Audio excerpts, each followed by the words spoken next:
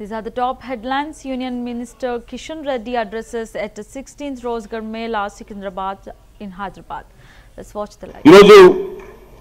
Locomotive manufacture, we are in number 1. Locomotive manufacture, we are in number 1. Ante kakunda iroju skill gaani, talent gaani, innovation gaani, leadership సామర్థ్యం కలిగినటువంటి మన భారతదేశానికి చెందినటువంటి యువత నేను ఇంతకుముందు చెప్పినట్టు ప్రపంచాన్ని శాసించేటువంటి పరిస్థితి ఈరోజు రాబోతా ఉంది. ఎక్కడ చూసినా కూడా ఏ దేశానికి వెళ్ళినా కూడా ఇండియన్ యూత్ ఆయా దేశాలకు సంబంధించినటువంటి అభివృద్ధిలో ఆయా దేశాలకు సంబంధించినటువంటి హెల్త్ అండ్ మరి మెడికల్ సెక్టార్లో ఆయా దేశాలకు సంబంధించినటువంటి డెవలప్మెంటల్ యాక్టివిటీలో ఇండియన్ యూత్ ప్రపంచంలో కీలక పాత్ర పోషిస్తున్నదనే విషయాన్ని ఈ సందర్భంగా మనం చేస్తున్నాం. అప్పుడు ఎవరో చెప్పేవాళ్ళు మనము ప్రపంచానికి విశ్వగురుగా వెళ్ళాలి. ఎస్, ఈ రకమైనటువంటి కార్యక్రమాల ద్వారానే మనం ప్రపంచానికి విశ్వగురు అవుతున్నాం. మీకు తెలుసు, నరేంద్ర మోడీ గారు ప్రధానమంత్రి కాకముందు గ్లోబల్ మీటింగ్స్ అవుతుంటే మరి ప్రధానమంత్రులు కానీ రాష్ట్రపతులు కానీ గ్రూప్ ఫోటోలు అయ్యాయి.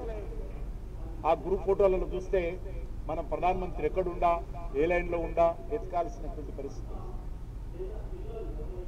5వ లైన్లో ఉన్నాడా 5వ లైన్లో మూలకుంటున్నాడా చూసేవాళ్ళం. కానీ ఈరోజు ఫ్రంట్ రోలో సెంటర్లో నిలబడేటువంటి వ్యక్తి ఎవరంటే that is Indian prime minister అని మనం చేస్తాము. దట్ ఈజ్ ఎ చేంజ్ ఈరోజు ప్రపంచంలో నరేంద్ర మోడీ గారు ప్రధానమంత్రి అయిన తర్వాత వచ్చిందనే విషయాన్ని ఈ సందర్భంగా మీకు మనవి చేస్తా ఉన్నాను. అంతేకాకుండా ఈరోజు మనం అనేక రకాలుగా డిఫెన్స్లో మీకు తెలుసు, ఇప్పుడు ఆపరేషన్ సింధూర్ ద్వారా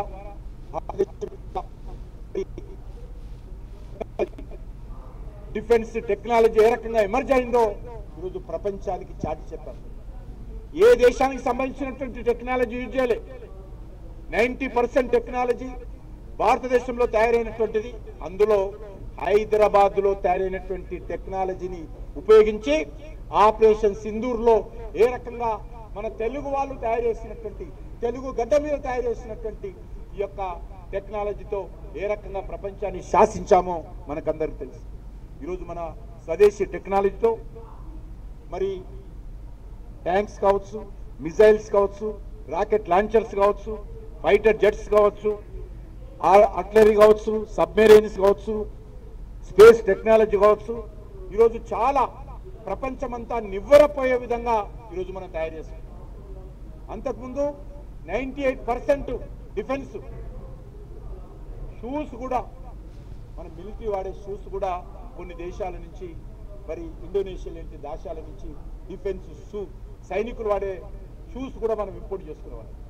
అటువంటిది ఈరోజు మనము సుమారు 50 దేశాలకు ఈ గత 10 సంవత్సరాలుగా డిఫెన్స్ ఉత్పత్తులను తయారు చేసి ఇతర దేశాలకు ఎగుమతి చేసేటువంటి పరిస్థితి భారతదేశం వచ్చిందనే విషయాన్ని ఈ సందర్భంగా మనం చేస్తున్నాను. ఈ రకంగా పూణే కావచ్చు, జబల్పూర్ కావచ్చు, బెంగళూరు కావచ్చు, నాగపూర్ కావచ్చు, కొచ్చి కావచ్చు, అందులో మన హైదరాబాద్ కావచ్చు, డిఫెన్స్ రీసెర్చ్లో, డిఫెన్స్ మ్యానుఫ్యాక్చరింగ్లో, డిఫెన్స్ టెక్నాలజీలో మనము అగ్రగామాన ఉన్నామనే విషయాన్ని ఈ సందర్భంగా మనం చేస్తాము. అందుకే నేను మరింతగా మీకు ఎక్కువ విషయాలు చెప్పాలనున్నప్పటికీ కూడా సమయ భావంతో నేను మరి ముగించేటువంటి ప్రయత్నం చేస్తాను. తప్పకుండా రానున్న రోజుల్లో మనము అన్ని రంగాల్లో కూడా కీలక పాత్ర పోషిస్తాం. ఎందుకు చెప్తా ఉన్నానంటే మీరందరూ కూడా ఈరోజు ప్రభుత్వ ఉద్యోగాల్లో చేరుతా ఉన్నారు. మీరు ఈ రోజు నుంచి ఒక కొత్త జీవితం, న్యూ లైఫ్ మీరు స్టార్ట్ చేయబోతున్నారు. నిన్నటి వరకు మీరు చదువుకున్నారు, ట్రైనింగ్ తీసుకున్నారు, తల్లిదండ్రుల యొక్క సహాయ సహకారాలతో తిరిగారు. ఈ రోజు నుంచి మీ తల్లిదండ్రుల సహకారం మీరు తీసుకోవద్దు. మీరే ఈ రోజు నుంచి మీ తల్లిదండ్రులకు మంచి చెడ్డ చూడాల్సినటువంటి బాధ్యత మీది. మీ తల్లిదండ్రులు ఎంతో కష్టపడి తిన్నా తినకపోయినా, డబ్బులున్నా లేకపోయినా, వాళ్ళు బట్టలు మంచి బట్టలు వేసుకున్నా వేసుకోకపోయినా నా కొడుకు నా బిడ్డ బాగుండాలి అని మిమ్మల్ని అందరినీ కూడా 9 మాసాలు మోసి మరి పెద్దగా అయిన తర్వాత స్కూళ్ళల్లో కాలేజీలో చేర్పించి వాళ్ళకు తోచినంత వాళ్ళకు అందినంత అన్ని రకాల సహకారాల ఫీజులు కట్టి బట్టలు ఇప్పించి ఈరోజు మిమ్మల్ని అందరినీ కూడా ఒక యోగ్యులుగా ఈరోజు తయారు చేశారని వాళ్ళు సంతోషపడతారు. కాబట్టి నేను కోరుతా ఉన్నాను, మీరు ఎప్పుడు కూడా మీ జీవితంలో ఈరోజు మీరు అందరూ అనుకోవాలి, మీకు జన్మనిచ్చినటువంటి మీ ఊరు కానీ, మీరు చదువుకున్నటువంటి మీ స్కూల్ కానీ, మీకు జన్మనిచ్చినటువంటి మీ తల్లిదండ్రులను కానీ, మీకు చదువు చెప్పినటువంటి టీచర్లను కానీ ఎప్పుడు కూడా మర్చిపోకూడదు. దాంతోపాటు మీ మాతృభాష, అది ఏ భాష కావచ్చు, మీ మాతృభాషను కూడా మర్చిపోకుండా మీరందరూ కూడా మీ తల్లిదండ్రులను గౌరవించి వారి చివరి శ్వాస వరకు కూడా మీరు వారికి అండగా ఉండాలి. అది ఈరోజు మీరు అందరూ కూడా అనుకోవాలి. ఏ ఉద్యోగం, చిన్న ఉద్యోగం కానీ పెద్ద ఉద్యోగం కానీ, తల్లిదండ్రులను మాత్రము తప్పకుండా జ్ఞాపకం పెట్టుకోవాలని మీ అందరినీ ఈ సందర్భంగా కోరుతా ఉన్నాను. అంతేకాదు, ఈరోజు మీరు ఉద్యోగంలో చేరుతున్నారు. ఉద్యోగం అంటే జీతం కోసమే అనుకోకూడదు.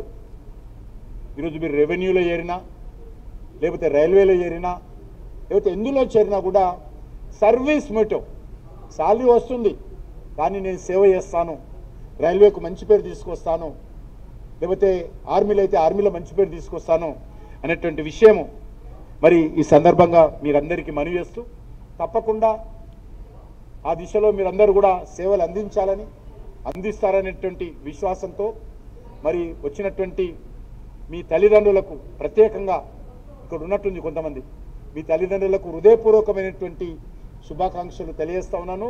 మీకు కూడా హృదయపూర్వకమైనటువంటి శుభాకాంక్షలు తెలియజేస్తూ సెలవు తీసుకుంటున్నాను. ప్రత్యేకంగా ఈ కార్యక్రమాన్ని ఆర్గనైజ్ చేసినటువంటి సౌత్ సెంట్రల్ రైల్వే అధికారులందరికీ కూడా ధన్యవాదాలు తెలియజేస్తూ, ఇప్పుడు ప్రధానమంత్రి గారు వర్చువల్గా మన మధ్యలోకి వస్తారు కాబట్టి ఆ కార్యక్రమాన్ని తిలకిద్దాం. అందరికీ పేరు పేరున ధన్యవాదాలు. భారత్ మాతాకి, గట్టిగా వెనకరించి చెప్పాలి, భారత్ మాతాకి వందే వందే. Thank you, sir, for an inspirational speech and a valuable message.